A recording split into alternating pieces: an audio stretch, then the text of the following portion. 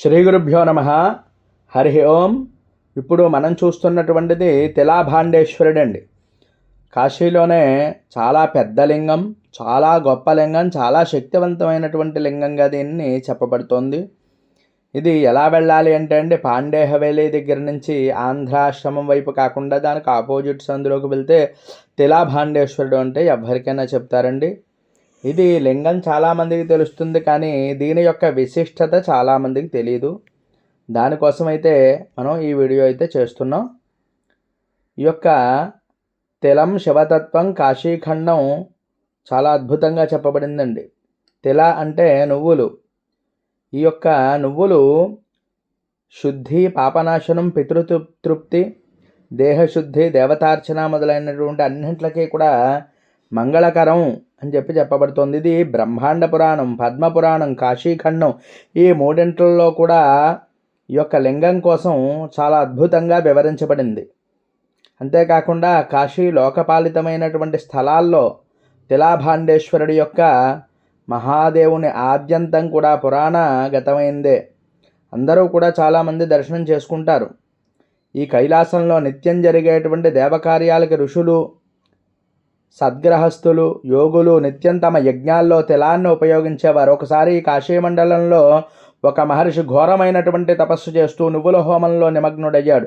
ఆ హోమంలో సుగంధతేజం, ప్రకాశవంతమైనటువంటి జ్వాల, దివ్య కాంతివర్ధకం ఉద్భవించాయి. ఈ ప్రకాశమే శివుడికి అత్యంత ప్రీతికరమై శివ తేజస్సుగా ఈ లింగం రూపాంతరం చెందడమే కాకుండా నువ్వు గింజంత పరిమాణంలో మనకి పెరుగుతూ ఉంటుంది ఈ లింగం అని చెప్పబడుతోంది. ఇలాంటివి అనేకమైనటువంటి కథలైతే ఉన్నాయి. ఈ హోమంలో నువ్వుల ద్వారా ఉద్భవించినటువంటి పుణ్య ప్రకాశానికే నేను లింగరూపంగా నిలిచి భక్తుల యొక్క పాపాలన్నీ కూడా నాశనం చేసి పితృదోషాన్ని అది కూడా శాంతింపజేస్తాను అని చెప్పి అప్పటి నుంచి కూడా ఈ లింగం పేరు తిలాభాండేశ్వర మహాదేవ్ అని చెప్పి ప్రసిద్ధి పొందింది. దీనికి అనేకమైనటువంటి ఆధారాలు ఉన్నాయండి. తిలానాం తేజసాజాతో యోలింగో భానుత్వమాశ్రితః సతిలా భాండేశ్వరాఖ్యో పితృశాంతి ప్రదోహరః. తిలహోమం నుండి ఉద్భవించినటువంటి తేజస్సుతో ప్రస్ఫోటంగా వెలిగినటువంటి లింగమే తిలాభాండేశ్వరుడు. ఈ లింగాన్ని దర్శనం చేస్తే పితృదోష శాంతి కలిగి పరిమోహితుడైనటువంటి హరుడు సమస్తమైనటువంటి కార్యాలనే కూడా సిద్ధిస్తాడు అని చెప్పబడుతోంది. తస్య దర్శనమాత్రేణ పాప దుఃఖ వినాశనం తిలాభాండేశ్వరో దేవ సర్వపాపక్షయం హరః. అంటే తిలాభాండేశ్వరుని దర్శనం చేసినంత మాత్రాన్నే పాపాలన్నీ కూడా మానవుడి యొక్క దుఃఖాలని కూడా నిర్మూలన చేస్తుంది. ఇది శాశ్వతమైనటువంటి శివ వాగ్దానం అని చెప్పబడుతోంది. తిలాభిషేక సంపన్న పితॄణాం లభతే రతిం ఏకతిల సముద్రో యః పుణ్య సంపత్తిదాయకః.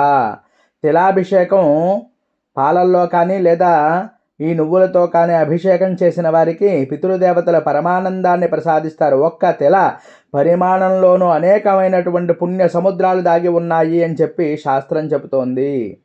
కాశ్యాం హి తిలాభాండేశం యః పశ్యత్ భక్తి సంయుతః గయాశ్రార్ధశతం తస్య ఫలమేవ న సంశయః. ఈ తిలాభాండేశ్వరుని దర్శనం చేసిన, అభిషేకం చేసుకున్న 100 గయాశ్రార్థాలతో ఫలితం సమానం. అంటే అంత పితృదేవతలు తృప్తి చెందుతారు అని చెప్పబడుతోంది. ప్రేత పిశాచ భూతానాం దోషాన్ నాశయతి ధ్రువం తిలాభాండేశ్వర శంభు భక్తానాం భయనాశనః. భూతప్రేత పిశాచ బాధలన్నీ కూడా ఒక్కసారి దర్శనం చేస్తే శాశ్వతంగా నశిస్తాయి అని చెప్పి శివుని సాక్షిగా చెప్తోంది.